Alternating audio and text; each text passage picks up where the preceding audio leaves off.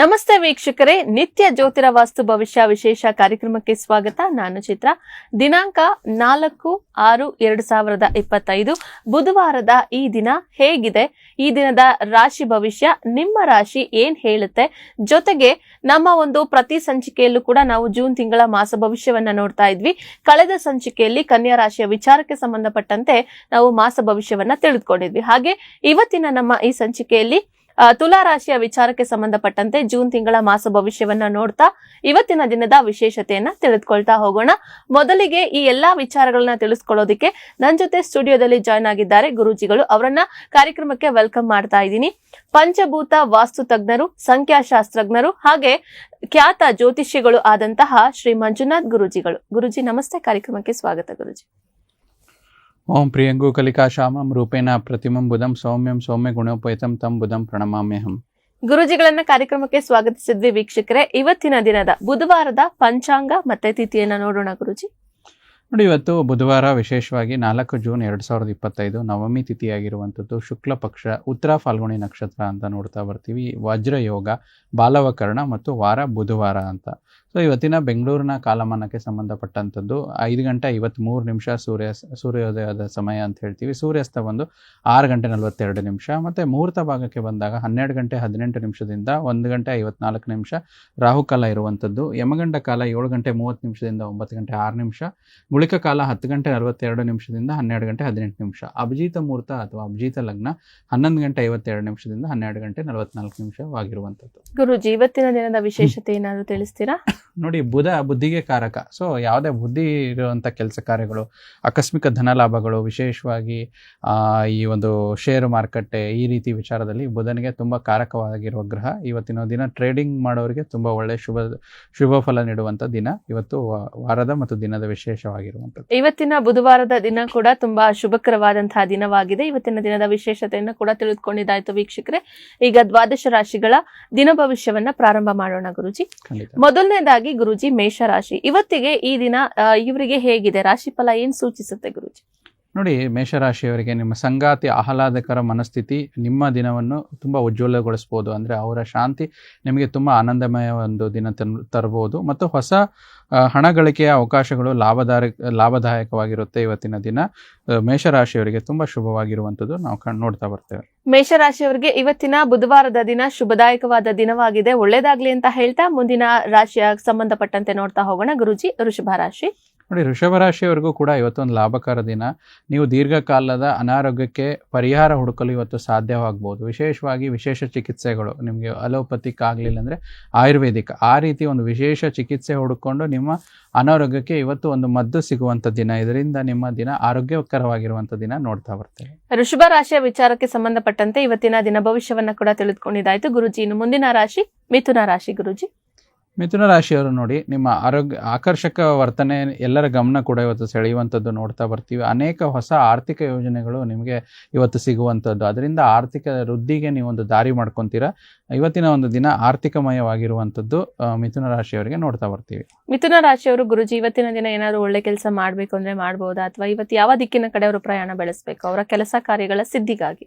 ನೋಡಿ, ನೀವು ಅದೇ ಕೇಳಿದ, ನಾನು ಅದನ್ನೇ ಹೇಳಿದೆ, ವಿಶೇಷವಾಗಿ ಆರ್ಥಿಕಮಯ ದಿನ ಅಂತಂದರೆ ಆ ವಿಚಾರದಲ್ಲಿ ಫೈನಾನ್ಷಿಯಲ್ ಪ್ಲಾನಿಂಗ್ ಮಾಡ್ಕೊಳ್ಳೋದಕ್ಕೆ ಒಳ್ಳೆ ದಿನ, ಏನಾದರೂ ಹೂಡಿಕೆ ವಿಚಾರವಾಗಿ. ಮತ್ತು ಪಶ್ಚಿಮ ದಿಕ್ಕಿನ ಪ್ರಯಾಣ ಮಿಥುನ ರಾಶಿಯವರಿಗೆ ಇವತ್ತಿನ ದಿನ ಶುಭ ತರುವಂಥದ್ದು. ಓಕೆ, ಮಿಥುನ ರಾಶಿಯ ನಂತರ ಮುಂದಿನ ರಾಶಿ ಕಟಕ ರಾಶಿಯ ವಿಚಾರಕ್ಕೆ ಸಂಬಂಧಪಟ್ಟಂತೆ ರಾಶಿ ಫಲ ಏನು ಹೇಳುತ್ತೆ ನೋಡೋಣ. ನೋಡಿ, ಕರ್ಕಾಟಕ ರಾಶಿ ಅಥವಾ ಕರ್ಕ ರಾಶಿಯವರ ವಿಚಾರವಾಗಿ ಇವತ್ತು ನೋಡೋದಾದ್ರೆ ನಿಮ್ಮ ಬಗ್ಗೆ ನಿಮಗೆ ಉತ್ತಮ ಅಭಿಪ್ರಾಯ ಬರಲು ಒಳ್ಳೆ ಕೆಲಸಗಳನ್ನು ಮಾಡುವಂಥದ್ದು, ಅಂದರೆ ಸೆಲ್ಫ್ ಮೋಟಿವೇಶನ್ಗೆ ಕರ್ಕಾಟಕ ರಾಶಿಯವರಿಗೆ ತುಂಬ ಅತ್ಯದ್ಭುತವಾಗಿರುವಂಥ ದಿನ, ಅದರಿಂದ ದಿನ ಶುಭವಾಗಿರುವಂಥದ್ದು. ಕಟಕ ರಾಶಿ ಅಥವಾ ಕರ್ಕಾಟಕ ರಾಶಿ ವಿಚಾರಕ್ಕೆ ಸಂಬಂಧಪಟ್ಟಂತೆ ಕೂಡ ಇವತ್ತಿನ ದಿನ ಭವಿಷ್ಯವನ್ನ ತಿಳಿದುಕೊಂಡ್ವಿ. ಇನ್ನು ಮುಂದಿನ ರಾಶಿ ಗುರೂಜಿ ಸಿಂಹ ರಾಶಿ. ನೋಡಿ, ಸಿಂಹ ರಾಶಿಯವರಿಗೆ ಒಂದು ನಿಮ್ಮ ನಿರಾಶಾದಾಯಕ ಮನೋಭಾವನೆ ನಿಮ್ಮನ್ನು ಸ್ವಲ್ಪ ಕುಗ್ಗಿಸ್ಬೋದು ದಿನದ ಅರ್ಧ ಭಾಗದಲ್ಲಿ. ತದನಂತರ ಇನ್ನು ಉಳಿದಿರೋ ಅರ್ಧ ಭಾಗದಲ್ಲಿ ತುಂಬ ಚೈತನ್ಯವಾಗಿರುವಂಥ ದಿನ. ಅದರಿಂದ ನೀವು ಎಷ್ಟು ಚೈತನ್ಯ ಭರಿತರಾಗಿ ಇವತ್ತು ಇರ್ತೀರೋ ನಿಮ್ಮ ಕೆಲಸ ಕಾರ್ಯಗಳು ಅಷ್ಟೇ ಸುಲಭವಾಗಿ ಪೂರ್ಣಗೊಳ್ಳುವಂಥದ್ದು ಸಿಂಹ ರಾಶಿಯವರಿಗೆ ನೋಡ್ತಾ ಬರ್ತೇವೆ. ಸಿಂಹ ರಾಶಿಯ ನಂತರ ಮುಂದಿನ ರಾಶಿ ಕನ್ಯಾ ರಾಶಿ. ಇವತ್ತಿನ ದಿನ ಭವಿಷ್ಯ ಇವರಿಗೆ ಹೇಗಿದೆ ಗುರುಜಿ ನೋಡೋಣ. ನೋಡಿ, ಇಂದು ನಿಮ್ಮ ಆರೋಗ್ಯವು ತುಂಬ ಆರೋಗ್ಯದಾಯಕವಾಗಿರುತ್ತಂತೆ ನಿರೀಕ್ಷಿಸುತ್ತಾ ನಿಮ್ಮ ಸಂಬಳ ಪಡೆಯುವವರಾಗಿರ್ಬೋದು ಮತ್ತು ಹಣಕ್ಕಾಗಿ ತುಂಬ ಚಿಂತೆ ಮಾಡುವುದು ಮತ್ತು ಸ್ನೇಹಿತರಿಂದ ಸಾಲ ಕೇಳುವಂಥದ್ದು ಇವತ್ತಿನ ದಿನ ಆಗಿರುವಂಥದ್ದು ಸ್ವಲ್ಪ ಒತ್ತಡವಾಗಿರುವಂಥದ್ದು, ಅಂದರೆ ಆರ್ಥಿಕ ಒತ್ತಡ ಸ್ವಲ್ಪ ಜಾಸ್ತಿ ಇರುತ್ತೆ. ಇವತ್ತಿನ ದಿನ ನಿಭಾಯಿಸಿದರೆ ನಿಮಗೆ ಮುಂಬರುವ ದಿನಗಳಲ್ಲಿ ನಾಳೆ ನಾಡಿದ್ದಿನ ಆರ್ಥಿಕ ಪರಿಸ್ಥಿತಿ ಚೆನ್ನಾಗಾಗ್ಬೋದು ಕನ್ಯಾ ರಾಶಿಯವರಿಗೆ. ಕನ್ಯಾ ರಾಶಿಯ ವಿಚಾರಕ್ಕೆ ಸಂಬಂಧಪಟ್ಟಂತೆ ಇವತ್ತಿನ ದಿನ ಭವಿಷ್ಯವನ್ನ ತಿಳಿದುಕೊಂಡಿದ್ದಾಯ್ತು. ಗುರುಜಿ, ನಮಗೆ ಒಂದು ವಾಟ್ಸ್ಆಪ್ ನಲ್ಲಿ ಪ್ರಶ್ನೆ ಬಂದಿತ್ತು, ತಗೊಳ್ಬಹುದಾ? ಗುರುಜಿ, ಇವರು ತಮ್ಮ ಹೆಸರನ್ನ ತಿಳಿಸ್ತಾ ಇದ್ದಾರೆ, ವೀರೇಂದ್ರ. ಜನ್ಮ ದಿನಾಂಕ ಬಂದು 24/3/1996. ಜನ್ಮ ಸಮಯ ಬಂದು ಗುರುಜಿ 11:45 AM ಗಳಲ್ಲಿ.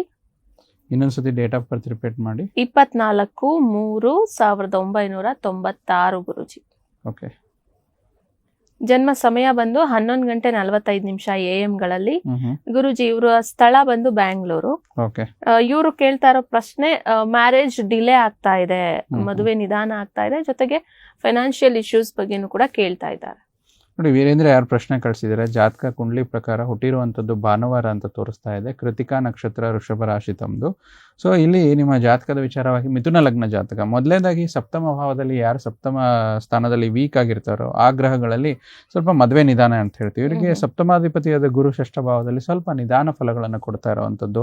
ಅದಲ್ದಿರ ಇವರಿಗೆ ದಶಾಭುಕ್ತಿ ಸೂಕ್ತವಾಗಿಲ್ಲ, ರಾಹು ದಶೆ ಶುಕ್ರ ಅಂತರ್ದಶೆ ನಡೀತಾ ಇರೋದ್ರಿಂದ ಸ್ವಲ್ಪ ಟೆಕ್ನಿಕಲಿ ಕಾಳಸರ್ಪ ದೋಷ ಈ ಒಂದು ಜಾತಕದಲ್ಲಿ ಇರೋದ್ರಿಂದ ಕಾಳಸರ್ಪ ರಿಲೇಟೆಡ್ ಪೂಜೆಗಳನ್ನ ಇವರು ಶ್ರೀ ಕ್ಷೇತ್ರದಲ್ಲಿ ಕುಕ್ಕೆ ಸುಬ್ರಹ್ಮಣ್ಯ ಕಾಳಹಸ್ತಿನಲ್ಲಿ ಮಾಡಿಸಿದ್ರೆ ಮದುವೆ ರಿಲೇಟೆಡ್ ಅನುಕೂಲಗಳು ಚೆನ್ನಾಗುತ್ತೆ. ಮತ್ತೆ ಸೆಕೆಂಡ್ ಕ್ವಶನ್ ಏನಿದೆ ಅವ್ರದ್ದು, ಹಣಕಾಸಿನ ಬಗ್ಗೆ ಕೇಳ್ತಾ ಇದ್ದಾರೆ ಗುರುಜಿ. ಹಣಕಾಸಿನ ವಿಚಾರದಲ್ಲಿ ನೋಡೋದಾದ್ರೆ ದ್ವಿತೀಯ ಸ್ಥಾನ ಅಂತ ಹೇಳ್ತೀವಿ, ಹೌಸ್ ಆಫ್ ಫೈನಾನ್ಸ್, ದ್ವಿತೀಯಾಧಿಪತಿ ವ್ಯಯ ಸ್ಥಾನದಲ್ಲಿ ಇರೋದ್ರಿಂದ ಇವರೆಷ್ಟೇ ಹಣದ ಗಳಿಕೆ ಆದ್ರೂ ಕೂಡ ಖರ್ಚು ಯಥೇಚ್ಛವಾಗಿರುತ್ತೆ. ಅದಕ್ಕೆ ಇವರಿಗೆ ಒಂದು ಸೇವಿಂಗ್ಸ್ ಅನ್ನೋದು ತುಂಬಾ ಕಮ್ಮಿ ಆಗುತ್ತೆ. ಸೊ ಅದಕ್ಕೆ ಇವರು ಹಣಕಾಸಿಗೆ ಸಂಬಂಧಪಟ್ಟಂಥದ್ದು ಆದಷ್ಟು ಸೋಮವಾರ ಶಿವನ ದೇವಸ್ಥಾನದಲ್ಲಿ ಓಂ ಸೋಮ ಸೋಮಾಯ ನಮಃ ಅಂತೇಳಿ ಒಂದು ಜಪ ಮಾಡುವಂಥದ್ದು. ಅಮಾವಾಸ್ಯೆಗಳಲ್ಲಿ ಶಿವನಿಗೆ ಹಾಲಿನ ಮತ್ತು ವಿಶೇಷ ಜಲಾರ್ಚನೆ, ಒಂದು ಜಲಾಭಿಷೇಕ ಮಾಡಿಸುವಂಥದ್ದು. ಅದರಿಂದ ಮನಸ್ಸಿಗೆ ನೆಮ್ಮದಿ ಸಿಗುತ್ತೆ, ಹಣದ ಗಳಿಕೆಯಲ್ಲಿ ಉತ್ತಮ ಆಗುತ್ತೆ. ಎರಡು ಪರಿಹಾರಗಳನ್ನು ಮಾಡಿಕೊಂಡ್ರೆ ವೀರೇಂದ್ರ ಅವರಿಗೆ ಬರುವಂಥ ಜನವರಿ 2026 ನಂತರ ಇವರಿಗೆ ಮದುವೆ ಭಾಗ್ಯ ಇರುವಂಥದ್ದು. ಮಾರ್ಚ್ 2026 ನಂತರ ಸ್ವಲ್ಪ ಇವರಿಗೆ ಧನ ವಿಚಾರದಲ್ಲಿ ಸ್ವಲ್ಪ ಸೇವಿಂಗ್ಸ್ ಆಗುವಂಥದ್ದು. ಈಗ ಇವರಿಗೆ ಹಣ ಬರ್ತಿದೆ ಅನ್ಸುತ್ತೆ, ಬಟ್ ಅಷ್ಟೇ ಪೋಲ್ ಆಗ್ತಿರೋದ್ರಿಂದ ಅವರು ಸ್ವಲ್ಪ ವರಿ ಮಾಡ್ಕೊಂಡಿದ್ದಾರೆ ಅಂತ ತೋರಿಸ್ತಾ ಇದೆ. ಓಕೆ, ವೀರೇಂದ್ರ ಅವರು ನಮ್ಗೆ ಪ್ರಶ್ನೆಯನ್ನ ಕಳಿಸಿದ್ರು. ನಿಮ್ಮ ಪ್ರಶ್ನೆಗೆ ಗುರುಜಿಗಳು ಉತ್ತರವನ್ನ ನೀಡೋದ್ರ ಜೊತೆಗೆ ಪರಿಹಾರ ಕ್ರಮವನ್ನ ಕೂಡ ತಿಳಿಸ್ಕೊಟ್ಟಿದ್ದಾರೆ, ಅದನ್ನ ಮಾಡ್ಕೊಳ್ಳಿ ಅಂತ ಹೇಳ್ತಾ ಗುರುಜಿ, ನಾವು ದಿನ ಭವಿಷ್ಯವನ್ನ ನೋಡ್ತಾ ಇದ್ವಿ, ಕನ್ಯಾ ರಾಶಿಯವರೆಗೂ ನೋಡಿದ್ವಿ. ಗುರುಜಿ, ಮುಂದುವರ್ಸೋಣ. ತುಲಾ ರಾಶಿ, ಮುಂದಿನ ರಾಶಿ. ನೋಡಿ, ತುಲಾ ರಾಶಿಯವರು ನಿಮ್ಮ ಸಂಗಾತಿಯ ಆರೋಗ್ಯ, ಒತ್ತಡ ಮತ್ತು ಅವರ ವಿಚಾರವಾಗಿ ಸ್ವಲ್ಪ ಇವತ್ತಿನ ದಿನ ಆತಂಕಕ್ಕೆ ಕಾರಣವಾಗ್ಬೋದು. ಮತ್ತು ನಿಮ್ಮ ಮನೆಗೆ ಸಂಬಂಧಿಸಿದ ಹೂಡಿಕೆ ನೀವೇನೇ ಮಾಡಿದ್ರು ಫ್ಯೂಚರಲ್ಲಿ ನಿಮಗೆ ಅತ್ಯಂತ ಲಾಭದಾಯಕವಾಗಿರುವಂಥದ್ದು ಇವತ್ತಿನ ದಿನ ತುಲಾ ರಾಶಿಯವರಿಗೆ ನೋಡ್ತಾ ಬರ್ತೇವೆ. ತುಲಾ ರಾಶಿಯ ನಂತರ ಮುಂದಿನ ರಾಶಿ ಗುರುಜಿ, ವೃಶ್ಚಿಕ ರಾಶಿ. ನೋಡಿ, ವೃಶ್ಚಿಕ ರಾಶಿಯವರ ನಿಮ್ಮ ಒಂದು ಸಭ್ಯತೆಯ ನಡವಳಿಕೆ ಇವತ್ತು ನಿಮ್ಗೆ ಹೆಚ್ಚಿನ ಮೆಚ್ಚುಗೆ ಸಾರ್ವಜನಿಕವಾಗಿ ಮೆಚ್ಚುಗೆ ಸಿಗುವಂಥದ್ದು. ಅನೇಕ ಜನರು ನಿಮ್ಮನ್ನು ನಿಮ್ಮ ಕೆಲಸಗಳಿಗಾಗಿ ಹೊಗಳುವಂಥ ದಿನ ವೃಶ್ಚಿಕ ರಾಶಿಯವರಿಗೆ ಇರುವಂಥದ್ದು. ದಿನ ತುಂಬಾ ಆನಂದಮಯವಾಗಿರುವಂಥ ದಿನ ವೃಶ್ಚಿಕ ರಾಶಿಯವರಿಗೆ ನೋಡ್ತಾ ಬರ್ತೇವೆ. ವೃಶ್ಚಿಕ ರಾಶಿಯ ನಂತರ ಮುಂದಿನ ರಾಶಿ ಗುರುಜಿ, ಧನುರಾಶಿ. ನೋಡಿ, ಧನುರಾಶಿಯವರಿಗೆ ಇವತ್ತು ನಿಮ್ಮ ಆಕರ್ಷಮಯವಾದ ವ್ಯಕ್ತಿತ್ವ ಸುಗಂಧದಂತೆ ಕೆಲಸ ಮಾಡುವಂಥದ್ದು ದಿನ. ಹೂವೆಗಳು ಲಾಭ ತರುತ್ತೆ ಮತ್ತು ದಿನ ಆನಂದಮಯವಾಗಿ ಖುಷಿಯಾಗಿರುವಂಥದ್ದು ಧನುರಾಶಿಯವರಿಗೆ ನೋಡ್ತಾ ಬರ್ತೇವೆ. ಗುರುಜಿ, ಧನುರಾಶಿಯವರು ಇವತ್ತಿನ ದಿನ ಯಾವ ದಿಕ್ಕಿನ ಕಡೆ ಪ್ರಯಾಣ ಬೆಳೆಸಬೇಕು ಅಂತ ಹೇಳಿ? ಆದಷ್ಟು ಉತ್ತರ ದಿಕ್ಕು ಧನುರಾಶಿಯವರಿಗೆ ಒಳ್ಳೆಯದು ಅಂತ ನೋಡಿ. ಓಕೆ ಗುರುಜಿ, ಮುಂದಿನ ರಾಶಿ ಮಕರ ರಾಶಿ. ಗುರುಜಿ, ಮಕರ ರಾಶಿಯವರಿಗೆ ನೋಡಿ, ಇತರರನ್ನು ಟೀಕಿಸುವ ನಿಮ್ಮ ಅಭ್ಯಾಸದಿಂದಾಗಿ ಸ್ವಲ್ಪ ನಿಮ್ಮನ್ನು ನೀವೇ ಟೀಕೆಗೊಳಗಾಗುವಂತ ಎದುರಿಸುವ ಸಾಧ್ಯತೆಗಳು ಜಾಸ್ತಿ ನೋಡ್ತಾ ಬರ್ತೀವಿ. ಆದ್ರೆ ನಿಮ್ಮ ಹಾಸ್ಯ ಪ್ರಜ್ಞೆ ಮತ್ತು ಜಾಗೃತ ಇರೋದ್ರಿಂದ ನಿಮ್ಮ ಎಲ್ಲಾ ರೀತಿ ಏನೇ ಅಡಚಣೆಗಳಿದ್ರು ಅದನ್ನು ದಾಟಿ ಮುಂದೆ ನಡೆಯುವಂಥದ್ದು ಇವತ್ತು ನಿಮಗೆ ಮಕರ ರಾಶಿಯವರಿಗೆ ಒಂದು ದಿನ ಶುಭವಾಗಿರುವಂಥದ್ದು. ಮಕರ ರಾಶಿಯವರಿಗೆ ಕೂಡ ಈ ದಿನ ಶುಭವಾಗಿದೆ, ಒಳ್ಳೇದಾಗ್ಲಿ ಅಂತ ಹೇಳ್ತಾ ಗುರುಜಿ, ಮುಂದಿನ ರಾಶಿ ಕುಂಭರಾಶಿ. ಗುರುಜಿ, ನೋಡಿ, ಕುಂಭರಾಶಿಯವರು ತುಂಬಾ ಶಕ್ತಿಯ ಮಟ್ಟ ತುಂಬಾ ಚೆನ್ನಾಗಿರುತ್ತೆ ನಿಮಗೆ ಇವತ್ತಿನ ದಿನದಲ್ಲಿ. ಮತ್ತೆ ಹಣ ಉಳಿಸುವ ಬಯಕೆ ನಿಮ್ಗೆ ಇವತ್ತು ಪೂರ್ಣ ಕೂಡ ಗೊಳ್ಬಹುದು, ಅಂದ್ರೆ ಸೇವಿಂಗ್ಸ್ ಅಂತ ನೋಡ್ತೀವಿ. ಮತ್ತೆ ನೀವು ಸೂಕ್ತವಾಗಿ ಯಾವುದೇ ರೀತಿ ಸೇವಿಂಗ್ಸ್ನ ಇವತ್ತು ಪ್ಲಾನ್ ಮಾಡ್ಕೊಳ್ಳಲು ತುಂಬಾ ಸೂಕ್ತವಾಗಿರುವಂತ ದಿನ ಕುಂಭರಾಶಿಯವರಿಗೆ ನೋಡ್ತಾ ಬರ್ತೇವೆ. ಕುಂಭರಾಶಿಯವರಿಗೆ ಕೂಡ ಒಳ್ಳೇದಾಗ್ಲಿ ಅಂತ ಹೇಳ್ತಾ ಇನ್ನು ಮುಂದಿನ ರಾಶಿ ದ್ವಾದಶ ರಾಶಿಗಳಲ್ಲೇ ಕೊನೆಯ ರಾಶಿ ಮೀನ ರಾಶಿ. ಗುರುಜಿ, ಇವತ್ತಿಗೆ ಇವರ ದಿನ ಭವಿಷ್ಯ ಹೇಗಿದೆ? ನೋಡಿ, ಮೀನರಾಶಿಯವರು ಸ್ವಲ್ಪ ಅನಿರೀಕ್ಷಿತ ಸ್ವಭಾವ, ಅದರಿಂದ ನಿಮಗೇನಾದರೂ ವೈವಾಹಿಕ ಸಂಬಂಧಗಳಲ್ಲಿ ಸ್ವಲ್ಪ ಹಾಳು ಮಾಡುವಂಥದ್ದು, ಅದ್ರ ಮೇಲೆ ನಿಯಂತ್ರಣ ಇರಲಿ, ಯಾವುದೇ ರೀತಿ ಅನಿರೀಕ್ಷಿತ ಸ್ವಭಾವ ವ್ಯಕ್ತಪಡಿಸಬೇಡಿ ಅಂತ ಹೇಳ್ತಾ ಇದ್ದೀನಿ. ಮತ್ತು ಇನ್ನೂ ಹೆಚ್ಚು ಯಾವುದೇ ರೀತಿ ಮೂರನೇ ವ್ಯಕ್ತಿಯ ಮಾತು ನಿಮ್ಮ ಒಂದು ವೈವಾಹಿಕ ಸಂಬಂಧ ಕೆಡುವಂಥದ್ದು. ಅದಕ್ಕೆ ನೀವು ಆದಷ್ಟು ಜಾಗೃತವಾಗಿರಿ, ಮಾತಾಡೋದಕ್ಕಿಂತ ಮುಂಚೆ ಎಚ್ಚರಿಕೆ ಇರಲಿ ಅಂತ ಮೀನರಾಶಿಯವರಿಗೆ ಹೇಳ್ತಾ ಇದ್ದೀನಿ. ಮೀನ ರಾಶಿಯವರ ವಿಚಾರಕ್ಕೆ ಸಂಬಂಧಪಟ್ಟಂತೆ ಕೂಡ ಇವತ್ತಿನ ದಿನ ಭವಿಷ್ಯವನ್ನ ತಿಳಿದುಕೊಂಡಿದ್ದಾಯ್ತು. ಅಲ್ಲಿಗೆ ದ್ವಾದಶ ರಾಶಿಗಳ ಫಲಾಫಲಗಳು ಕೂಡ ಮುಗಿದಿದೆ. ಗುರುಜಿ, ನಮ್ಗೆ ಮತ್ತೊಂದು ಪ್ರಶ್ನೆ ಬಂದಿತ್ತು, ಅದನ್ನು ಕೂಡ ತಗೊಳ್ಳೋಣ. ಇವರು ಹೆಸರನ್ನ ತಿಳಿಸ್ತಾ ಇದ್ದಾರೆ ಗುರುಜಿ, ವೆಂಕಟರಾಮ್ ಅಂತ ಹೇಳಿ. ಇವರ ಜನ್ಮ ದಿನಾಂಕ ಬಂದು 24/1/2008. ಗುರುಜಿ, ಜನ್ಮ ಸಮಯ 2:52 AM ಗಳಲ್ಲಿ. ಜನ್ಮ ಸ್ಥಳ ಬಂದ್ಬಿಟ್ಟು ತುಮಕೂರು ಗುರುಜಿ. ಸೊ ಇವ್ರು ಕೇಳ್ತಾ ಇರುವಂತಹ ಪ್ರಶ್ನೆ ತಮ್ಮ ಹೈಯರ್ ಎಜುಕೇಶನ್ ಮತ್ತೆ ಕರಿಯರ್ ವಿಚಾರದ ಬಗ್ಗೆ ಕೇಳ್ತಾ ಇದ್ದಾರೆ. ನೋಡಿ, ವೆಂಕಟರಾಮ್ ಯಾರು ಪ್ರಶ್ನೆ ಕಳಿಸಿದಿರಾ, ನಿಮ್ಮ ಜಾತಕದ ಪ್ರಕಾರದಲ್ಲಿ ಗುರುವಾರ ಹುಟ್ಟಿರೋದು, ಆಶ್ಲೇಷ ನಕ್ಷತ್ರ ಮತ್ತು ಕರ್ಕಾಟಕ ರಾಶಿ ಇವ್ರದ್ದು, ವೃಶ್ಚಿಕ ಲಗ್ನದ ಜಾತಕ. ನೋಡಿ, ಚತುರ್ಥ ಪಂಚಮ ಭಾಗ್ಯಸ್ಥಾನ ಶಿಕ್ಷಣಕ್ಕೆ ಸಂಬಂಧಿತವಾಗಿರುವಂಥದ್ದು. ಈ ನಡೀತಿರುವ ದಶಾಭುಕ್ತಿಗಳಲ್ಲಿ ಶುಕ್ರ ಮಹಾದಶ, ಚಂದ್ರ ಅಂತರ್ದಶ ನಡೀತಿದೆ. ಮುಂಬರುವ ದಿನದಲ್ಲಿ ಮಂಗಳ ಅಂತರ್ಭುಕ್ತಿ ನಿಮಗೆ ನವೆಂಬರ್ 2025ರಿಂದನೇ ನಿಮಗೆ ಮಂಗಳ ಭಾಗ್ಯಸ್ಥಾನದಲ್ಲಿ 9ನೇ ಮನೇಲಿ ಇರೋದ್ರಿಂದ ವಿದೇಶಿ ಶಿಕ್ಷಣ ಅಥವಾ ಪೋಸ್ಟ್ ಇಂಡಿಯಾದಲ್ಲಿದ್ರೂ ಕೂಡ PhD ಶಿಕ್ಷಣ ಇವರಿಗೆ ತುಂಬಾ ಚೆನ್ನಾಗಿ ಆಗ್ಬರುವಂಥದ್ದು. ಅಂದ್ರೆ ಇವರಿಗೆ ಸ್ವಲ್ಪ ಇವರ ಜಾತಕದ ಅನುಸಾರವಾಗಿ ಅಷ್ಟಮದಲ್ಲಿ ಕುಜ, ಯಾರಿಗೆ ಅಷ್ಟಮ ಕುಜ ಇರ್ತಾರೋ ಅವ್ರಿಗೆ ಏನಾಗುತ್ತೆ ಅಂದ್ರೆ ರಿಸರ್ಚ್ ಓರಿಯೆಂಟೇಷನ್, ಅಂದ್ರೆ ರಿಸರ್ಚ್ ಮಾಡುವಂತ ಎಲ್ಲಾ ಯೋಗಗಳು ಇದೆ. ಸೊ ಅದು ಇವರಿಗೆ ಈ ನವೆಂಬರ್ ನಂತರ ಆಗುತ್ತೆ. ಆದ್ರೂ ಸ್ವಲ್ಪ ವೃಶ್ಚಿಕ ಲಗ್ನ ಆಗಿರೋದ್ರಿಂದ ಆದಷ್ಟು ಪ್ರತಿನಿತ್ಯ ಒಂದು ಮಂತ್ರ ಬರುತ್ತೆ ಎಜುಕೇಶನ್ ಇಂಪ್ರೂವ್ ಆಗೋದಕ್ಕೆ ಮತ್ತೆ ಎಜುಕೇಶನ್ ಅಲ್ಲಿ ಪ್ರೋಗ್ರೆಸ್ ಸಿಗೋದಕ್ಕೆ. ಅದ್ರ ವಿಚಾರವಾಗಿ ನೋಡೋದಾದ್ರೆ ಓಂ ಶರವಣ ಭವಾಯ ನಮಃ ಅಂತ ಬರುತ್ತೆ. ಓಂ ಶರವಣ ಭವಾಯ ನಮಃ ಈ ಮಂತ್ರವನ್ನು 108 ಬಾರಿ ಜಪ ಮಾಡಿದ್ರೆ ಎಜುಕೇಷನ್ಗೂ ಒಳ್ಳೇದಾಗುತ್ತೆ. ನವೆಂಬರ್ 2025ರಿಂದ ವೆಂಕಟರಾಮ್ ಯಾರು ಪ್ರಶ್ನೆ ಕಳಿಸಿದ್ದೀರಾ, ನಿಮ್ಮ ಎಜುಕೇಶನ್ ಇನ್ನೂ ಉಜ್ವಲ ಆಗುವಂಥದ್ದು ಇಲ್ಲಿ ಇವ್ರ ಜಾತಕ ತೋರಿಸ್ತಾ ಇದ್ದಾರೆ. ವೆಂಕಟರಾಮನ್ ಅವರು ಕೂಡ ಪ್ರಶ್ನೆಯನ್ನ ಕಳುಹಿಸಿದ್ರು. ನಿಮ್ಮ ಪ್ರಶ್ನೆಗೆ ಗುರುಜಿಗಳು ಉತ್ತರವನ್ನ ನೀಡೋದ್ರ ಜೊತೆಗೆ ಪರಿಹಾರ ಕ್ರಮವನ್ನ ಕೂಡ ತಿಳಿಸ್ಕೊಟ್ಟಿದ್ದಾರೆ. ಅದನ್ನ ನೀವು ಮಾಡ್ಕೊಳ್ಳಿ, ಆದಷ್ಟು ಬೇಗ ಒಳ್ಳೇದಾಗ್ಲಿ ಅಂತ ಹೇಳ್ತಾ, ನಾವು ಹಿಂದಿನ ಸಂಚಿಕೆಯಲ್ಲಿ ಕನ್ಯಾ ರಾಶಿಯ ವಿಚಾರಕ್ಕೆ ಸಂಬಂಧಪಟ್ಟಂತೆ ಜೂನ್ ತಿಂಗಳ ಮಾಸ ಭವಿಷ್ಯವನ್ನ ತಿಳಿದುಕೊಂಡಿದ್ವಿ. ನಕ್ಷತ್ರಗಳ ಅನುಸಾರವಾಗಿ ಏನು ಫಲಗಳಿದೆ, ಜೊತೆಗೆ ನೀವು ಜೂನ್ ತಿಂಗಳಲ್ಲಿ ಏನೇನೆಲ್ಲ ನಿರೀಕ್ಷಿಸಬಹುದು, ಪರಿಹಾರ ಕ್ರಮಗಳು ಯಾವ್ದಾವ್ದು ಅಂತ ಹೇಳಿ ಗುರೂಜಿಗಳು ತಿಳಿಸ್ಕೊಟ್ಟಿದ್ರು. ಇವತ್ತಿನ ಸಂಚಿಕೆಯಲ್ಲಿ ಗುರೂಜಿ ತುಲಾ ರಾಶಿಯ ವಿಚಾರಕ್ಕೆ ಸಂಬಂಧಪಟ್ಟಂತೆ ನೋಡ್ತಾ ಹೋಗೋದಾದ್ರೆ ನವಗ್ರಹಗಳ ಗೋಚಾರದ ಪ್ರಭಾವ ಹೇಗಿದೆ, ಜೊತೆಗೆ ಆ ವಿಚಾರವಾಗಿ ರಾಶಿ ಫಲ ಏನನ್ನ ಸೂಚಿಸುತ್ತೆ ಗುರೂಜಿ? ನೋಡಿ, ಮೊದಲೇದಾಗಿ ನಾವು ಒಂದು ದ್ವಾದಶ ರಾಶಿಗಳಲ್ಲಿ ತುಲಾ ರಾಶಿ ಸ್ವಲ್ಪ ಲಕ್ಕಿ ರಾಶಿ, ಟಾಪ್ 5 ರಾಶಿ ಅಂತ ನಾವು ಇದೇ ಒಂದು ಎಪಿಸೋಡ್ಗಳಲ್ಲಿ ಚರ್ಚೆ ಮಾಡಿದ್ವಿ. ಇವರಿಗೆ ಪೂರ್ಣ ಪ್ರಮಾಣದಲ್ಲಿ ಪ್ಲಸ್ ಪಾಯಿಂಟ್ ಏನಂದ್ರೆ ಗುರುಬಲ ಅತ್ಯಂತ ಪ್ರಬಲವಾಗಿ ಶುರುವಾಗಿರುವಂಥದ್ದು, ಮತ್ತೆ ಪಂಚಮ ಶನಿ ಕೂಡ ನಿಮ್ಮ ರಾಶಿಯವರಿಗೆ ದೂರವಾಗಿರುವಂಥದ್ದು, ಷಷ್ಠ ಭಾವಕ್ಕೆ ಶನಿ ಹೋಗ್ತಾ ಇರುವಂಥದ್ದು ನೋಡ್ತಾ ಬರ್ತೀವಿ. ಮತ್ತೆ ಒಂದು ಕಡೆಯಿಂದ ಯಾವುದೇ ರೀತಿಯ ಶನಿಯ ಕಾಟ ಇಲ್ಲ, ಇನ್ನೊಂದು ಕಡೆಯಿಂದ ಗುರು ಪೂರ್ಣ ಪ್ರಮಾಣದಲ್ಲಿ ನಿಮಗೆ ಬಲ ಸಿಗುವಂಥದ್ದು ನೋಡ್ತಾ ಬರ್ತೀವಿ. ಒಂದು ಪೂರ್ಣ ವರ್ಷದ ಅವಧಿಗೆ ಗುರುಬಲದ ಒಂದು ಫಲ ನಿಮ್ಮ ತುಲಾ ರಾಶಿಯವರಿಗೆ ಸಿಗ್ತಾ ಇರುವಂಥದ್ದು. ಯಥೇಚ್ಛವಾಗಿ ಒಳ್ಳೆ ಫಲ ಕೂಡ ತುಲಾ ರಾಶಿಯವರು ಈ ಒಂದು ಜೂನ್ ತಿಂಗಳಲ್ಲಿ ನಿರೀಕ್ಷೆ ಮಾಡಬಹುದು. ಅದರಲ್ಲಿ ವಿಶೇಷವಾಗಿ ಜೂನ್ 6ನೇ ತಾರೀಕಿನಿಂದ ಒಂದು ಕೇಂದ್ರಾಧಿಪತಿ, ಯಾರು ತುಲಾ ರಾಶಿಗೆ ಕೇಂದ್ರಾಧಿಪತಿ ಮಂಗಳ ಗ್ರಹ ಅಂತ ಹೇಳ್ತೀವಿ, ದ್ವಿತೀಯ ಮತ್ತು ಸಪ್ತಮಾಧಿಪತಿಯಾದ ಮಂಗಳ ಗ್ರಹ ಒಂದು ಗೋಚಾರ ಇಷ್ಟು ದಿನ ಏನಂತಂದ್ರೆ ನೀಚ ಸ್ಥಾನದಲ್ಲಿತ್ತು. ಒಂದು ತುಲಾ ರಾಶಿಯವರಿಗೆ ದಶಮದಲ್ಲಿ ನೀಚ ಸ್ಥಾನದಲ್ಲಿತ್ತು. ಅದು ಲಾಭ ಸ್ಥಾನಕ್ಕೆ ಬರುವಂಥದ್ದು ಮೇಜರ್ ಪ್ಲಸ್ ಪಾಯಿಂಟ್ ಅಂತ ಹೇಳ್ತೀವಿ. ಮತ್ತೆ ಇವರಿಗೆ ರಾಶಾಧಿಪತಿಯಾಗಿ ತುಲಾ ರಾಶಿಯ ಒಂದು ರಾಶಾಧಿಪತಿಯಾಗಿ ಮತ್ತೆ ಮಿತ್ರ ಗ್ರಹವಾಗಿ ಬುಧ ಗ್ರಹರು ಅಷ್ಟಮ ಸ್ಥಾನದಿಂದ ಭಾಗ್ಯ ಸ್ಥಾನಕ್ಕೆ ಬರ್ತಾ ಇದ್ದಾರೆ ಜೂನ್ ತಿಂಗಳಲ್ಲಿ. ಮತ್ತೆ ಅತ್ಯಂತ ಲಾಭ ಸ್ಥಾನಾಧಿಪತಿಯಾದ ಸೂರ್ಯ ಇಷ್ಟು ದಿನ ಅಷ್ಟಮ ಸ್ಥಾನದಲ್ಲಿತ್ತು ನಿಮ್ಮ ರಾಶಿಯವರಿಗೆ. 15ನೇ ತಾರೀಕು ನಂತರ ಸೂರ್ಯ ಭಾಗ್ಯ ಸ್ಥಾನಕ್ಕೆ ಬರುವಂಥದ್ದು ಬುಧನೊಟ್ಟಿಗೆ, ಅದು ಕೂಡ ಒಳ್ಳೆ ಫಲಗಳನ್ನ ನಿಮ್ಗೆ ನೀಡುವಂಥದ್ದು. ಮತ್ತೆ 29ನೇ ತಾರೀಕು ನಿಮ್ಮ ತುಲಾ ರಾಶಿಯ ರಾಶಾಧಿಪತಿಯ ಶುಕ್ರನ ಗೋಚರನೇ ಆಗ್ತಾ ಇರುವಂಥದ್ದು. ಆದ್ರೆ ಇದೇನಾಗುತ್ತೆ ಅಂದ್ರೆ 29 ಅಂದ್ರೆ ಒಂದು ಅಂತ್ಯ ಭಾಗ ಬರುತ್ತೆ ಯಾವುದು ಈ ಒಂದು ಜೂನ್ ತಿಂಗಳಲ್ಲಿ. ಸೊ ಅದನ್ನ ನಾವು ಮುಂದಿನ ತಿಂಗಳಿಗೆ ಪರಿಗಣನೆಗೆ ತಗೋಬಹುದು. ಸೊ ಹಿಂಗಾಗಿ ಅದನ್ನ ನಾವು ಅಷ್ಟೊಂದಾಗ ಕನ್ಸಿಡರ್ ಮಾಡಲ್ಲ. ಆದ್ರೂ ಕೂಡ ಶುಕ್ರನ ಗೋಚಾರ ಆಗ್ತಾ ಇರುವಂತದ್ದು 29ನೇ ತಾರೀಕು. ಮತ್ತೆ ಇಲ್ಲೇನಾಗುತ್ತೆ ಅಂದ್ರೆ ಇಷ್ಟು ರಾಶಾಧಿಪತಿಯಾದ ಶುಕ್ರ ಇಡೀ ಜೂನ್ ಮಾಸದಲ್ಲಿ 7ನೇ ಮನೆಯಲ್ಲಿ ಇರೋದ್ರಿಂದ ಒಳ್ಳೆ ಶುಭ ಫಲ ನೀಡುವಂತದ್ದು. ಈ ರೀತಿ ಒಂದು ನವಗ್ರಹಗಳ ಗೋಚಾರ ಆಗುವಂತದ್ದು ನೋಡ್ತಾ ಬರ್ತೀವಿ. ಓಕೆ ಗುರುಜಿ, ಇದು ನವಗ್ರಹಗಳ ಗೋಚಾರದ ಪ್ರಭಾವ ಇನ್ನೂ ಕೂಡ ಮುಂದುವರೆದು ವಿಸ್ತೃತವಾಗಿ ನೋಡ್ತಾ ಹೋಗೋದಾದ್ರೆ ತುಲಾ ರಾಶಿ ಮೇಲೆ ಹೇಗೆ ಪ್ರಭಾವ ಬೀರುತ್ತೆ ಗುರುಜಿ? ನೋಡಿ, ನವಗ್ರಹ ಒಂದು ವಿಸ್ತೃತವಾದ ಗೋಚಾರ ಫಲ ಅಂತ ನೋಡೋದಾದ್ರೆ, ಮೊದಲನೇದಾಗಿ 7ನೇ ಮನೆಯಲ್ಲಿರುವಂಥ ಶುಕ್ರ ರಾಶಾಧಿಪತಿನೇ ಆಗಿರೋದ್ರಿಂದ ಹೆಚ್ಚು ರಾಶಾಧಿಪತಿಯಾಗಿ ಸಪ್ತಮ ಸ್ಥಾನದಲ್ಲಿರುವಾಗ ಏನಾಗುತ್ತೆ, ವಿವಾಹ, ದಾಂಪತ್ಯ, ವಸ್ತ್ರ, ವಾಹನ ಎಲ್ಲ ರೀತಿ ಒಂದು ಸೌಖ್ಯ ಎಲ್ಲ ಈ ಒಂದು ತುಲಾರಾಶಿಯವರಿಗೆ ನೋಡ್ತಾ ಬರ್ತೀವಿ. ಯಾಕಂದ್ರೆ ನವಗ್ರಹಗಳ ಗೋಚಾರದಲ್ಲಿ ಅತ್ಯಂತ ಶುಭ ಫಲ ಕೊಡುವಂಥದ್ದು ಶುಕ್ರ ಗ್ರಹ ಅಂತ ಹೇಳ್ತೀವಿ.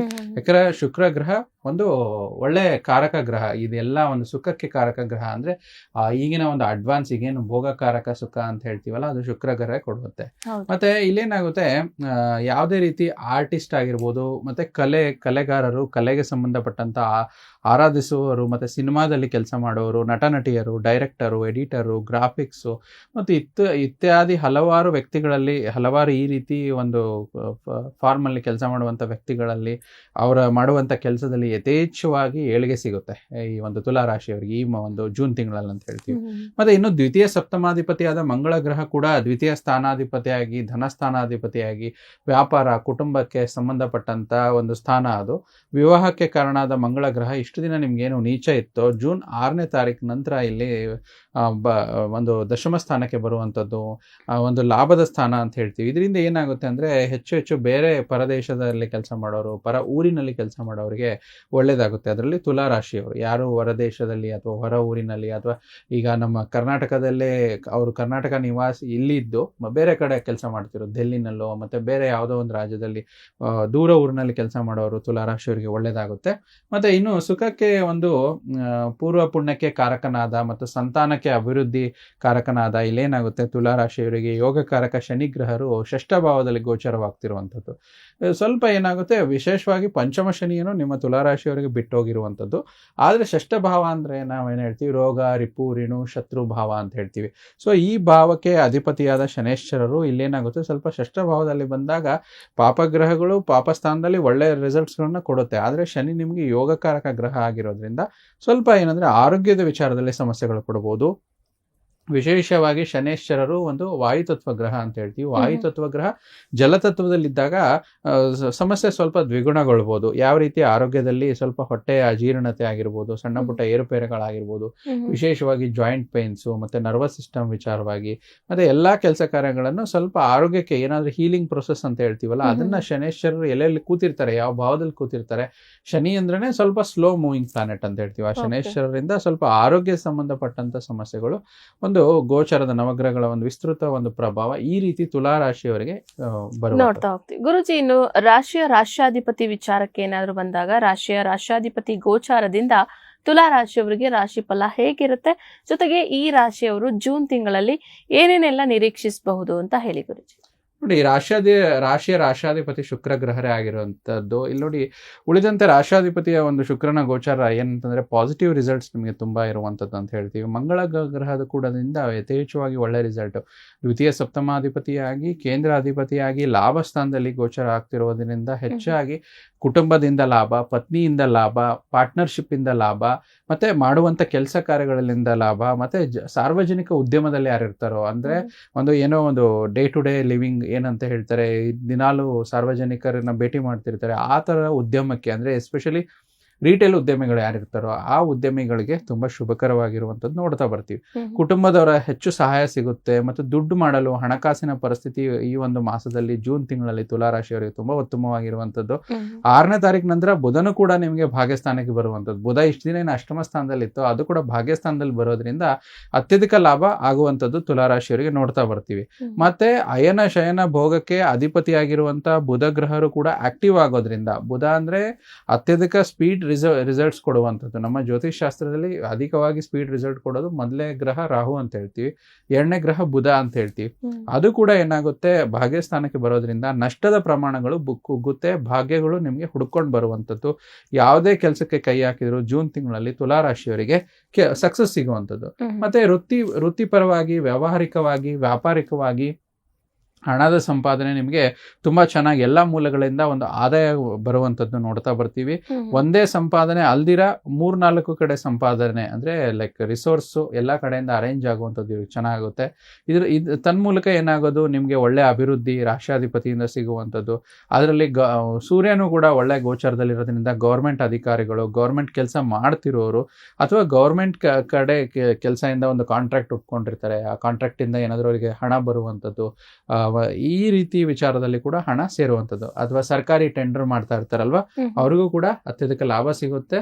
ಮತ್ತೆ ಏನಾಗುತ್ತೆ ಅಂದ್ರೆ ಎಷ್ಟೇ ಲಾಸ್ ಆದ್ರೂ ಕೂಡ ಇಲ್ಲಿ ಏನಾಗುತ್ತೆ, ಇರುವಂತ ತೃತೀಯ ಷಷ್ಠ ಅಧಿಪತಿಯಾಗಿರುವಂತ ಗುರುಗ್ರಹರು ಕೂಡ ಭಾಗ್ಯಸ್ಥಾನಕ್ಕೆ ಬರೋದ್ರಿಂದ ವಿಶೇಷವಾಗಿ ಭಗವಂತನ ಅನುಗ್ರಹ ತುಲಾ ರಾಶಿಯವರಿಗೆ, ಅವರವರ ಭಗವಂತ ಅಂದ್ರೆ ಅವ್ರು ಯಾರು ನಂಬಿರ್ತಾರೋ ಅವ್ರ ಮನೆ ದೇವರ ಆಶೀರ್ವಾದ ಮತ್ತು ಕುಲದೇವರ ಆಶೀರ್ವಾದ ಯಥೇಚ್ಛವಾಗಿ ತುಲಾ ರಾಶಿಯವರಿಗೆ ಸಿಗೋದ್ರಿಂದ, ಮತ್ತೆ ರಾಶಾಧಿಪತಿಯ ಗೋಚಾರ ಕೂಡ ಒಳ್ಳೆಯ ಫಲ ಕೊಡೋದ್ರಿಂದ ತುಲಾ ರಾಶಿಯವರಿಗೆ ಹೆಚ್ಚು ಒಂದು ಔಟ್ ಆಫ್ 100 80% ಕೂಡ ಈ ಒಂದು ಜೂನ್ ತಿಂಗಳಲ್ಲಿ ಚೆನ್ನಾಗಿರುವಂಥದ್ದು ನೋಡ್ತಾ ಬರ್ತಾರೆ. ಅವ್ರೇನ್ ನಿರೀಕ್ಷೆ ಇಟ್ಕೊಂಡಿದ್ದಾರೆ ಎಲ್ಲವೂ ಕೂಡ ಆಗುವಂಥದ್ದು ಗುರುಜಿ. ನಿರೀಕ್ಷೆಗಳು ತಲುಪುವಂತಹ ಎಲ್ಲ ಹಂತಗಳು ಕೂಡ ಒಳ್ಳೇದಾಗುತ್ತೆ ಅಂತ ಹೇಳಿ. ಓಕೆ ಗುರುಜಿ, ಇನ್ನು ನಕ್ಷತ್ರಗಳ ಅನುಸಾರವಾಗಿ ನೋಡೋದಾದ್ರೆ ಏನಾದ್ರೂ ಫಲಗಳು ಇದೆಯಾ, ಅಥವಾ ಜೂನ್ ತಿಂಗಳಲ್ಲಿ ತುಲಾ ರಾಶಿಯವರು ಯಾವ್ದಾದ್ರು ಪರಿಹಾರ ಕ್ರಮಗಳನ್ನ ಮಾಡ್ಕೊಳ್ಬೇಕಾ ಬೇಡವಾ ಅಂತ ಹೇಳಿ.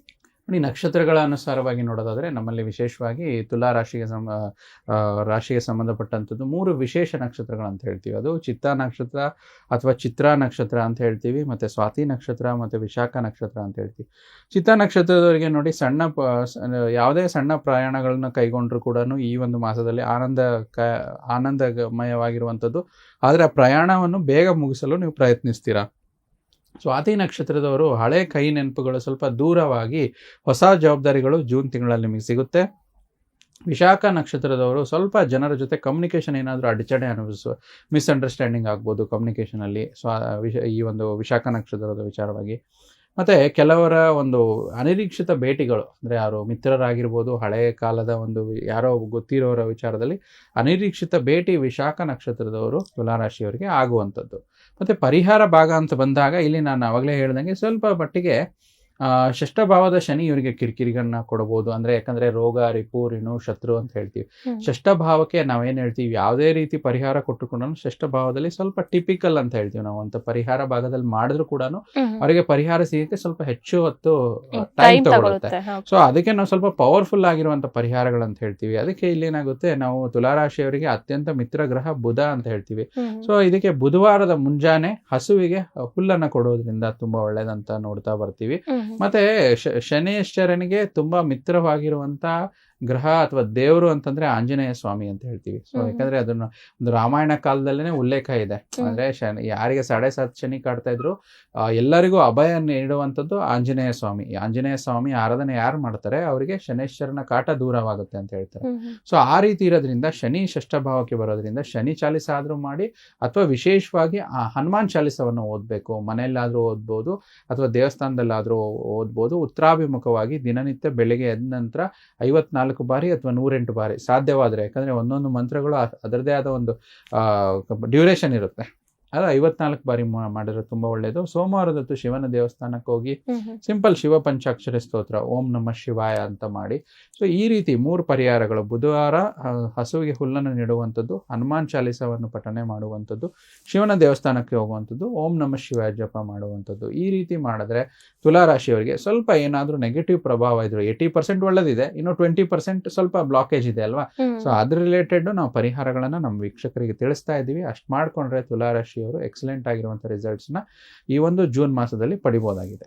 ಓಕೆ ಗುರುಜಿ, ಇಷ್ಟೊತ್ತು ಕೂಡ ನಮ್ಮ ಜೊತೆ ಇದು ತುಲಾರಾಶಿಯ ಒಂದು ಜೂನ್ ತಿಂಗಳ ಮಾಸ ಭವಿಷ್ಯ, ಜೊತೆಗೆ ಈ ಒಂದು ಜೂನ್ ತಿಂಗಳಲ್ಲಿ ಅವ್ರು ಏನೇನ್ ಪರಿಹಾರ ಕ್ರಮವನ್ನ ಮಾಡ್ಕೊಳ್ಬೇಕು ಅನ್ನೋದು ಕೂಡ ತಿಳಿಸ್ಕೊಟ್ಟಿದ್ದೀರಾ. ಇವತ್ತಿನ ದಿನದ ಪಂಚಾಂಗ, ದ್ವಾದಶ ರಾಶಿಗಳ ಫಲಾಫಲಗಳನ್ನ ಕೂಡ ತಿಳಿಸ್ಕೊಟ್ಟಿದ್ದೀರಾ ಗುರುಜಿ. ಧನ್ಯವಾದಗಳು. ಕೃಷ್ಣಾರ್ಪಣಮಸ್ತು.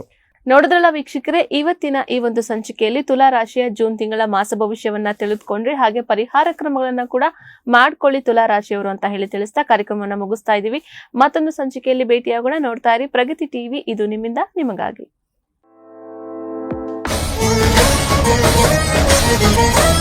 Thank you.